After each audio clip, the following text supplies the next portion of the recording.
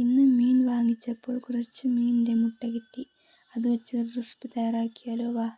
കഴുകി വൃത്തിയാക്കിയെടുത്ത മീൻമുട്ടയിലേക്ക് മഞ്ഞൾപ്പൊടി, കുറച്ചുപ്പ്, മുളക് പൊടി, ഗരം മസാല, കുരുമുളക് പൊടി, ചിക്കൻ മസാല ഇതിട്ട് നന്നായിട്ട് മിക്സ് ചെയ്യുക.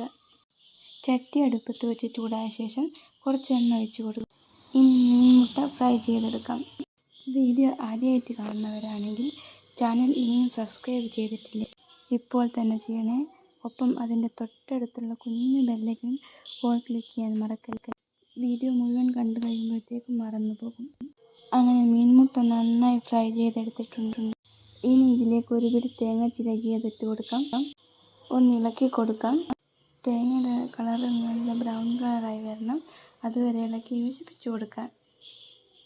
ഇനി ഇതിലേക്ക് മഞ്ഞൾപ്പൊടി, മുളക് പൊടി, ഗരം മസാല, ചിക്കൻ മസാല, കുരുമുളക് പൊടി, ആവശ്യത്തിന് ഉപ്പ് ചേർത്ത് നന്നായി ഇളക്കി കൊടുക്കാം. അങ്ങനെ നമ്മളുടെ മീൻമുട്ട വെച്ചിട്ടുള്ള റെസിപ്പി ഇവിടെ തയ്യാറായിട്ടുണ്ട്. എല്ലാവരും വീട്ടിൽ തയ്യാറാക്കി നോക്കണം. എളുപ്പം തയ്യാറാക്കാൻ പറ്റുന്ന റെസിപ്പിയാണ്. കുട്ടികൾക്കൊക്കെ ഇഷ്ടപ്പെടും. വീഡിയോ ഇഷ്ടമായാൽ ഫാമിലിക്കും ഫ്രണ്ട്സിനും ഷെയർ ചെയ്യാൻ മറക്കല്ലേ.